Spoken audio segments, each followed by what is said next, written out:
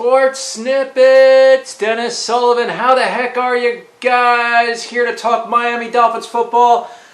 Nice little change of pace with the bye week as I put this video together on a late Sunday, the 12th of December. If you do like the content of this particular video, go ahead, hit the thumbs up. That would be awesome. Feel free to subscribe as well to my channel, Sports Snippets with Dennis Sullivan. Let's get started. Guys, here we are. We're going to go to the snippets board. We can take a nice little breather. It's great because breather representing we don't have to worry about a win or a loss or anything like that. As the Dolphins games are of some importance now, unlike the beginning of the season where we're just sitting there going, oh man, hold on, when does the season end? Like that. The Dolphins now catching major momentum with a late season bye in week 14. And now we look forward to the last 4 games, which I will be talking about in this video as part of my material for you in this particular video. Let's go to the first topic here, Snippet Sport. I put B5, which basically stands for you're on a bye week with a 5-game winning streak. Now, most of the time you'll hear, and I would agree, that when a team is hot and playing well and doing good and winning games, it's usually when you don't want to have a bye. But I tell you what, it's late in the season. The Dolphins' real test, in my humble opinion, is going to be coming up on that Monday night game against the Saints in a few weeks. And then if there's meaning to the last week of the season, which is now week 18, by the way, right? Because 17 games, and then you get the bye, so there's actually 18 weeks now, would be home against the Patriots, and we certainly hope that game would have some sort of significance.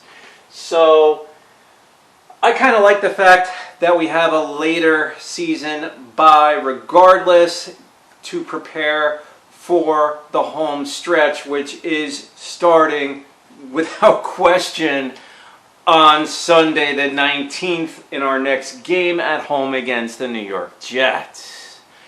In an absolutely, positively, without question, must-win game against the New York Jets, who've won like 3 games all year and just got blown out against the Saints this afternoon, by the way, if that means anything to you. Taysom Hill, 30-9, they lost to the Saints. Did the New York Jets. RB, question mark. Okay. There was a little concern with the availability. If you have not heard in the last few days, Myles Gaseki and Salvin Ahmed, it is now looking fairly good that they will be ready to go. It's something to keep a tab on, though, in the days to come as we lead up to the game against New York Jets on the 19th. So keep tabs on that. Philip Lindsay was inactive, as we know, against the Giants last week in the win against the New York Giants. He seems to be progressing. I certainly hope he will be available for these games to finish out the regular season because the Dolphins are going to need him. He had the ankle issue. So that's another situation just to keep tabs on and hope that he does return very soon. So when it comes to the Dolphin running backs, the big question mark there, I mean, I put question mark after RB, but really, it's not so much are the Dolphins okay at running back at this stage of the season, and I'm very happy with the addition of Philip Lindsay, but are they healthy? See, how are they looking going into these last few games of the season? So that's something definitely keep tabs on. Defense with a question mark. Why did I put that on the snippets board of a number 3 topic? Well, we look at let's take a look at the 5-game winning streak, guys. And I'm excited about the defense. I'm sure you're excited about the defense and how they've been playing and how these games have been going. But sometimes, I'm sorry to say, we do have to look at the big picture here. Let's be honest. The Dolphins have not been victims of any sort of unnecessary, difficult schedule or anything even close to that. The Dolphins' schedule has definitely broke in its favor over these last 5 games during the winning streak, you beat, listen to this lineup. Now, there was one really big win in the 5-game winning streak, but you beat the Houston Texans at home 17-9. Then the big Thursday night win against the Ravens. That tied it all together, guys. 22-10. You beat a good team in Baltimore.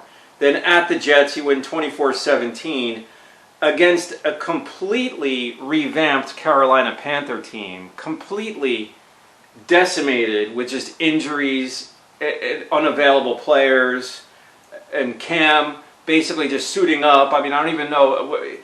Was he like fully ready? Was he training for the season? You know what I mean? Like Cam Newton got thrown into a tough situation, I think, just coming right in there to try to resolve the issues for the Carolina Panthers. So Dolphins would beat them 33-10, and then you play the Giants at home and win that one 20-9. So 4 of the 5 games on the 5-game winning streak have been at home. So we have to just take a deep breath and take a look that you did beat Houston, the Jets, the Giants, and the Carolina Panthers as 4 of the 5 teams that the Dolphins would defeat in this winning streak. And then, of course, the huge win against the Ravens.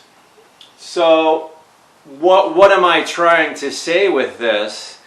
I'm trying to say that you want to be cautiously optimistic. I can't stress that enough, guys. Cautiously optimistic with the way things are playing out for the Dolphins. Okay, the schedule did once again set up in our favor. It's really that simple, and the team pulled out a huge win against the Ravens. There's no denying that. Now sitting at 6-7 in, really, you could say it, I'll say it, in the playoff picture heading into Week 15 next week on the Sunday, of course, of the 19th of December. So defense of the question mark, yeah, defense has been looking great, but a lot of these teams, Carolina, the Jets, the Giants, with their backup, right? Houston, you know, these are rebuilding teams. Okay, guys, so it all boils down to this. Point number 4, I put number 4, and that stands for the final 4 games of the season. Let's talk.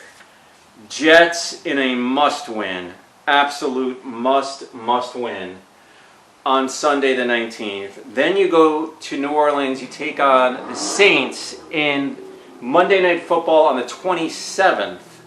That is Monday Night Football, December 27th, Dolphins at New Orleans. Then they go to Tennessee to take on the Titans. The last 2 weeks are challenging, make no mistake. So Sunday the 2nd of January in Tennessee, and then Sunday the 9th of January. See, you can now get 2 Sundays in January, by the way, with the expanded schedule. Sunday the 9th of January at home against the Patriots. So really, got to take it one at a time. We always hear that, right? Dolphins got to do the same thing. They got to take it one at a time. Got to win that game at home against the Jets. Got to find a way to win in New Orleans. Won't be easy. Taysom Hill's not that bad. I mean, one thing I'll say, when you go against the Saints and the Tennessee Titans, no way are these teams at full strength either. Going back to what I was saying a few moments ago, things are breaking for the Dolphins. They are getting some breaks here. Because no one's going to tell me that the Saints are a better team without Jameis Winston. I'm just not going to believe that. And he's out. Jameis Winston's out. And then, of course, Tennessee Titans are a very good team. Many people say they're one of the better teams in the AFC. I would agree with that. But with that being said, there's no way, guys, that they're a better team or even close to the team of last year without Derrick Henry. So, I mean, there's no getting around that. You know, they are completely at a disadvantage without Derrick Henry, who is not supposed to be back until the earliest the week after the Dolphin game, from what I understand and from what I did read this morning. So week 18 would be the earliest for a return of Derrick Henry. Otherwise, on the offense, I'll close out this video by saying this, guys. On the offensive side of the ball, I mean, I like what the Dolphins are putting together a little bit more. these days with the passing attack. You have Devontae Parker back. That's really what ties everything together, because now with rookie Jalen Waddle, who's coming on strong, I mean, you look at Waddle's average per catch, he's right at about 10 yards per catch, but lately it's been higher than that.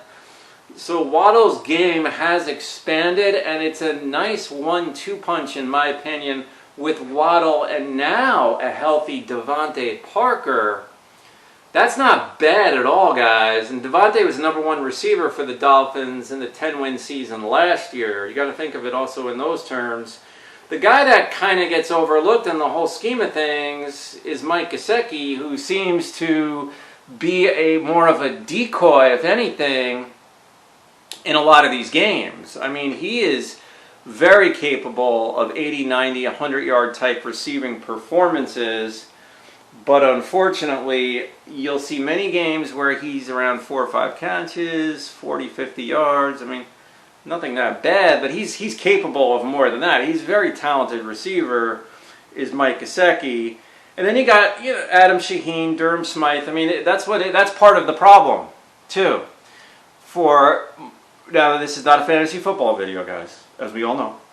But if you're a Mike Gaseki owner, meaning he's on your fantasy team, if you're in a head-to-head league, you are not very happy with the way some of these games are going, because it's more of a tight end by committee. You got Adam Shaheen, you got Durham Smythe, and that plan of attack works for the Dolphins. It's like again, tight end by committee. They start putting these tight ends out there coming at you from all different angles, and it's what works. It's what is working, okay, for the Dolphins. And then you have some nice complementary players as well for the Dolphins. Matt Collins, you got Preston Williams, you have, as mentioned, you have Isaiah Ford. So you have some good players, guys. You have some good players, some good talent on the offensive side of the ball. I think it's better that, I'll summarize this part by saying I think it's better this year, a little bit better this year, than it was last year in 2020. So let me know what you think. I want to hear from you. This is Dennis Sullivan saying, oh, and I put NYJ, that's New York Jets, meaning they are up next. This is it. A week from today on the 19th, Jets are up. Must win. You got to win that game, guys. You got to win that game. Let's go. That's a must win. Dolphins have to win that game. Put it all together. And no, I did not use green marker because we're playing the Jets. It has nothing to do with... the only thing that has something to do with is that I was running low on my other color markers. See, if you stayed to the end of this video, you know the truth on the marker thing. But I like the green marker. But anyway, enough of that. Let me end this video, guys. Thank you very much for watching once again. Hope you enjoyed this video as always. Thank you for watching, and I'll talk to you again soon. Bye for now.